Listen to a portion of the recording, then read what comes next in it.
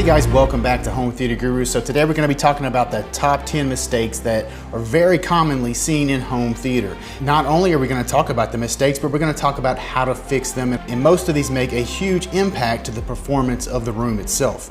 All right, the number one thing is screen size, sizing your screen correctly.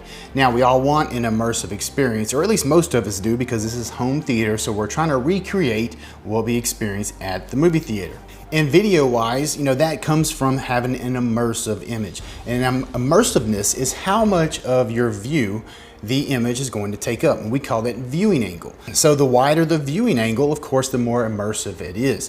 So a few of us are gonna like to sit in the very front of the movie theater where you're having to turn your head. That's going to take up a lot of viewing angle. Some of us like to sit in the nosebleeds. That's gonna be a very small viewing angle where we really don't have much immersiveness. Now, the majority are gonna find ourselves kind of in the middle to the back 3/4 of the movie theater where we have a nice, comfortable image. We're not turning our head, but it's still very immersive. And that's what we're after in home theater.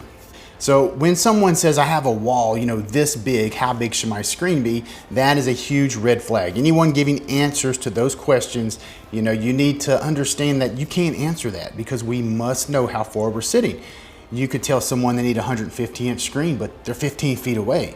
That's not that big. That's only 40 degrees of viewing angle, so you're probably gonna be closer to a 165 to get more around 45 degrees. You first have to find out where you're sitting, and then you can calculate the viewing angle and make sure that you're gonna have an immersive but a comfortable experience. You don't wanna have a screen so big that it's not comfortable. You watch a movie and you start to get fatigued. You don't want to use the room. It's just not enjoyable to be in, so you don't want that either.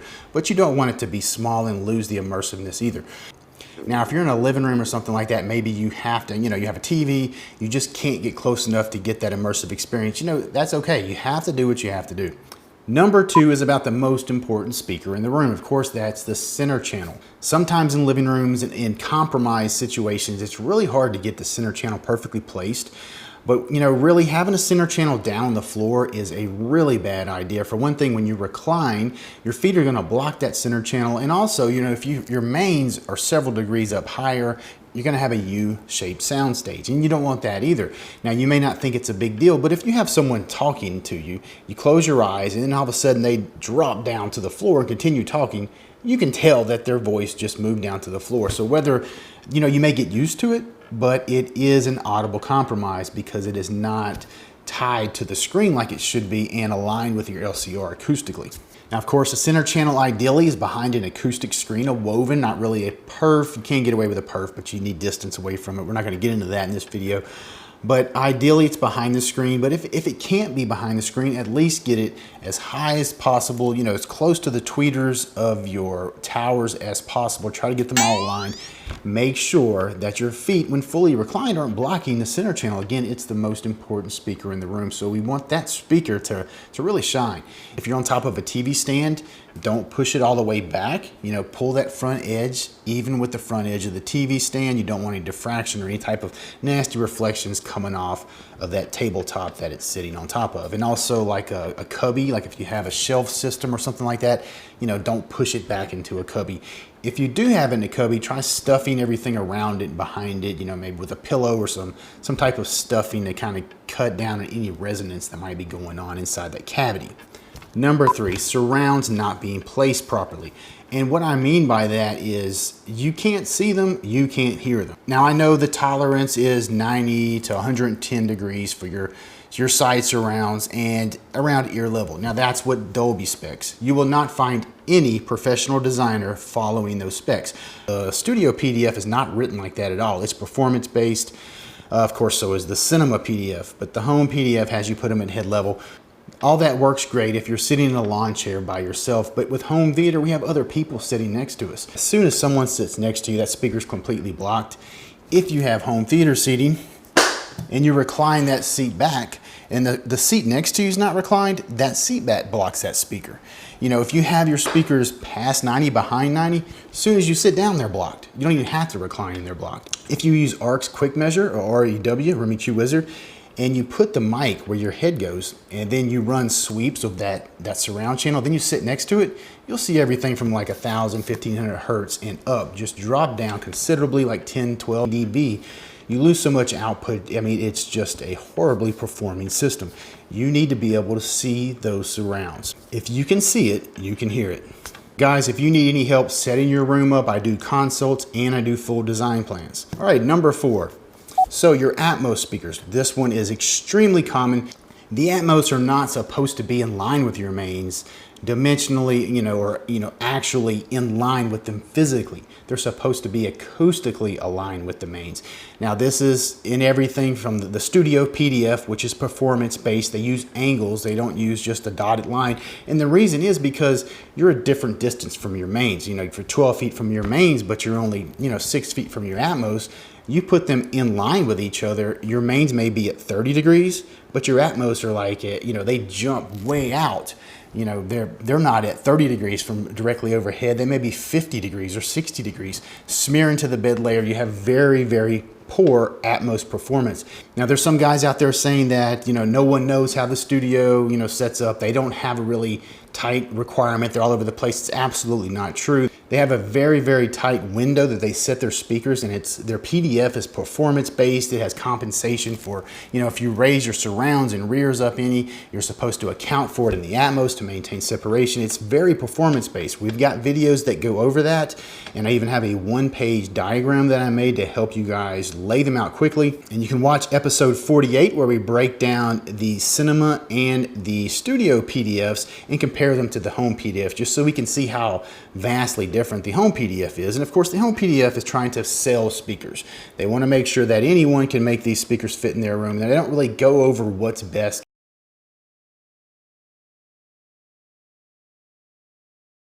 Number 5, your mains are not towed in. Now, we actually just had an episode on this, episode 52, and it shows you how to aim your mains for multiple seats. This is home theater, so we need all of our seats to have a similar tonality with our mains. So what's going to happen when you aim them properly, or what happens when you don't aim them, say you have them straight, the guy sitting right here in front of one of these speakers, here's a main, the guy sitting right in front of this main, he's on axis of it, but he's off axis of this speaker. So all he's going to hear when 2-channel or something that should image between both of them is playing, he's not going to hear that other speaker. He's going to hear this speaker. And as a matter of fact, if you're sitting dead center, you're going to hear both speakers. As soon as you move over a foot left or right, you're usually going to lose it completely. You're going to get steered to the closer speaker. Aim your mains. Now this is a problem with in-walls, but you need to understand the compromise and not be led to think that, oh, this speaker is a wide dispersion. It doesn't need to be aimed. That's total baloney. This is why towers and bookshelves, people aim them, and you can experience the vast difference of the sound stage blowing up, by adjusting the toe in. No room is exactly the same. We treat them differently. The speakers, are placed a little bit different. The room is a different width. So you need to go and do this by ear. And episode 52 is going to help you set your mains up so you have an even tonality across the seats. And that's going to help open up that wide sweet spot so that you can move left and right some without immediately getting shifted to the closer main. Number 6, having our mains too close together. Our mains need some separation. If you look at the tolerance, it's 22 to 30 degrees. There's even one tolerance that says 22 to 40. There is some discrepancies on that. But if you get too close together, all of a sudden you have basically a soundboard. You have no separation. If you're sitting 10 feet away, your mains are really close together. An object goes from left to right. You get no sense of movement between those two speakers. As we separate them, and now when a vehicle moves from left to right, you start to get a sense of movement across the front of the screen. And that's what we want. We want to have a nice wide sound stage, but we don't want to go too far apart. If we go too far apart, we're going to lose it, and also our placement's going to be off. So pay attention to the width of your mains, how wide they are. I like to stay around 24 to 26 degrees. If you go too wide, it makes it harder to, like we talked about a minute ago with the, opening up the sweet spot and getting a wider sweet spot so more seats have a very similar sound and you don't lose your stereo imaging quite as fast. The wider you go, that makes that more difficult, because you can imagine if you have two speakers close together and you're moving on, different seats on a couch out there, I mean, the difference between one speaker and the other is much less because they're so close together. If they're touching right there, you can move left and right. You're not really going to hear one much louder than the other, but as you go further apart, when you move left and right, you're closer to this speaker and really far from that speaker over there. So it's kind of a balancing act. You don't want to be separated too far apart, but you also don't want to be so close together that you just don't have a really good sound stage and a sense of movement across the front of the screen. Number 7. Okay, this one is having one sub. Now, of course, we all have to start somewhere. I mean, heck, I started out 25 years ago building DIY subs. Actually, I started out with a home theater in a box before that. But we all have to start somewhere, but just understand with one sub, being this is home theater, more than one seat, we're not gonna have a similar seat-to-seat response. As we move from one seat to another, the response is going to vary greatly. It's gonna be all over the place. You're gonna have great bass. The person sitting next to you, you're gonna be smiling like an idiot. They're gonna be looking at you like you're an idiot because they didn't hear anything at all. They're like, what, it kind of sucked for me. And you're all over there giddy, giddy, giddy. So you can crawl around the floor all you want. It's not really going to do anything for multiple seats. And even crawling around on the floor, all you're doing is listening for peaks. I mean, that's not really the proper way to do that either. You can check out episode 9 on general sub setup and all the plate amp features on the back of it, just to kind of make sure your settings are right. We also have episode 11 is going to help you with a room mode calculator. If you have a symmetrical room, it shows you how to place your subs and your seats, so you're not having to do the sub crawl method, which we have episode 10, which is pretty much squashes the sub crawl method, shows you the issues with it, and a much better method that's free. It'll allow you to see peaks and nulls, so you're not crawling around on the floor just listening for peaks is the only thing of course you can hear. And it's also going to show you issues with the first sub, so when you add the second, you know where to place them to help it fix the issues with the first, which is the whole purpose of having 2 subs. Well, that's one of the purposes. The other purpose is it fixes more room modes in your room, so you have a more similar seat-to-seat experience. Number 8, trying to force rears whenever you really don't have the room for it. Now, of course, we're talking about the surround backs. Some people I just call them rears. But trying to force those, say you're sitting on a back wall, you're in the living room or something, and you've got a couch up against the wall. We've got our side surrounds placed, off to the sides where they're supposed to be, and you want to go from a 5.1 to a 7.1 and add those surround backs or those rears. If you're against the back wall, you really don't have the room set up for it. You have to get off the back wall. Now, the back wall is not a great place to sit for room mode issues, but if that's what you've got to do, that's what you got to do. Doesn't mean it's not going to be enjoyable. You can try to EQ some of those issues out. You're going to have bloated bass. Your room correction is going to knock that bass down and try to help you out there. But having those rears right behind your head is not going to sound good. It's going to hot spot. I mean, if you're sitting right in front of the left rear, you're barely going to hear the right one compared to the left one. It's going to be really loud. It's just not going to perform well. You're not going to have any imaging, from those speakers. They should image kind of like mains. Something pans around the room. It's just not going to sound good. You will be better off with just sticking with a 5.1 bed layer, because when you tell the processor, hey, I don't have rears, it's going to understand that, and when something's behind you, it's going to try to use those surrounds, those side surrounds, to compensate for it and try to mimic a sound behind you. It's not going to be the same, but it'll be better than trying to force them behind you. Now, once you begin getting off that wall a little bit, if you can get a few feet off it, then you can get to the point to where you can start looking into it. Now, you need to be a few feet from the speaker itself, not just the wall. If you got a speaker that's 18 inches deep and you're 2 feet off the wall, that's not really going to fly. But if you can get a few feet off that wall, you give those rears enough room to begin to image, you're going to have a much better experience with a 7.1, and you can actually look at it and say, okay, this is something I want to do. I'm going to get some performance out of that, and you can go for it. Number 9 is one of the most important on this list, and that is room acoustics. I'm sure you've all experienced going to a really nice, store like maybe Best Buy, like, the Magnolia, where they've got a treated room, or you've gone to some other high-end store and you've gone in their really nice room where they got all this super fancy equipment, expensive gear, expensive speakers, and maybe you purchased some speakers and you got them home and you put them in your room and they just didn't do it for you. It didn't sound like it did in that room. So you go back over there and they're like, oh, well, you need this amp. You need this power conditioner now, or you need these cables. In reality, most of that is complete baloney. What you need are room acoustics. They're in a treated room. So they're in a room that's going to make pretty much whatever you put in there shine. it's going to sound great. They could have a budget speaker in there and it's going to sound much better than, you know, if you had an extremely high-end speaker in your room that's not treated, that budget speaker is going to sound better. This is a very important thing to understand. The room contributes more sound than the direct speaker does. Now, of course, the speaker is what's producing the sound, but you know, once you get past that source hitting your ears directly from the speaker, your ears are bombarded with lots of reflections all over the room.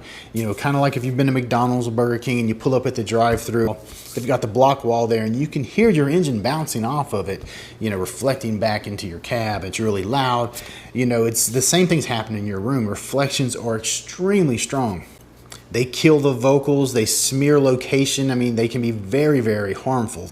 So you need to treat your room. All of my room plans come with room treatment plans. I will not sell speakers or design a room and not tell you how to treat it, because that's the most important thing, you know, besides speaker placement. That's extremely important as well. But even if you have a living room, you know, you need to understand what those reflections are doing. Maybe you can use a carpet, you know, between the TV and the seating. You know, there's a reflection there. Kind of tame that down a little bit. You've got some windows on the sides. Maybe you can throw up some heavy curtains. You know, some rooms we can't do acoustic treatments all over the place. You know, they may not look good. Now, there are options where you can have like art, you know, like large acoustic panels, but you've got some art print on them or something like that. I actually want to do that in my living room because right now the living room is not really treated. I don't really like the look of just acoustic panels in my living room. The wife doesn't either. You know, if we want to do any critical listening, we have a home theater for that. But, you know, at one time I was considering just making one theater in this new house and just having, you know, my living room set up. But with YouTube and everything, it made more sense. And then with the business as well. As they have issues in their build, I can jump on Zoom or jump on my phone and video something and show them how to do something, how something should look. So it's useful from a business perspective for me. But, you know, I really did think about just having a living room set up. But if you want any room or any home theater or any media room, if you want it to perform well, you've got to take care of the room reflections. All right, number 10. This one's a pretty big one as well. We hear people a lot of times saying, oh, room correction will fix it. Our Atmos speakers, we don't have to aim them. Room correction is going to fix it. No, room correction is not going to fix placement issues. It's not going to fix aiming issues. Remember, aiming issues, the problem with those are we're sending the good off axis or the good on axis somewhere else. It's not going to the listening position. The listening position, you know, if you have Atmos that are aimed straight down, the dog's getting all the good energy while all you're getting is off axis. And also as you move further away from that speaker, you're losing more upper energy than those people that are sitting in line with it. There's nothing that room correction can do to fix that. I mean, all you're gonna do is try to jack up the treble because you're not aimed at the listening position. And if you've got really bad speakers where the off axis does not resemble the on axis, you know, room correction can't fix that. All a room correction is gonna do is sample the area. When you move that mic around, it's sampling the area and it's going to try to determine what it can EQ and what it can't. And by EQing, all it's doing is turning certain parts of the frequency response up and down to try to hit a target that you've set or the room correction automatically defaults to. And of course, that's also going to time align your speakers and align your speakers to your subs and set levels and things like that. But you really need to go in there and do some adjustments and tweaks. But you need to follow the steps. You need to have your seats placed right so you're not sitting in any room mode, so you have good bass. Place your subs properly, place your speakers properly, aim your speakers. Understand that your speakers image, your mains, your rears, even your Atmos, they have a sound stage and will image when set up and aimed properly. And once you're ready for room correction, run your room correction, but then go in there and adjust it. If you're getting a room professionally done, they're not hitting the start button and then leaving when that's done. There's a lot that has to be done after the room correction is run. Now you can go check out the ARC tutorial that was done just a few weeks ago. That was episode 51. Even if you're not using ARC, that video will help you understand what you're looking for and how to manipulate the software that you're using. Because Dirac, Odyssey, ARC, the process is the same. It's all room correction, it's all room tuning. It's just a different interface. Of course, some are more advanced than the others. I personally like ARC. And again, if you need help, my contact information is in the description of this video. That's going to be it for this one, guys. Don't forget to subscribe, hit the notification bell so you know when the next videos come out. And I will see y'all for the next one.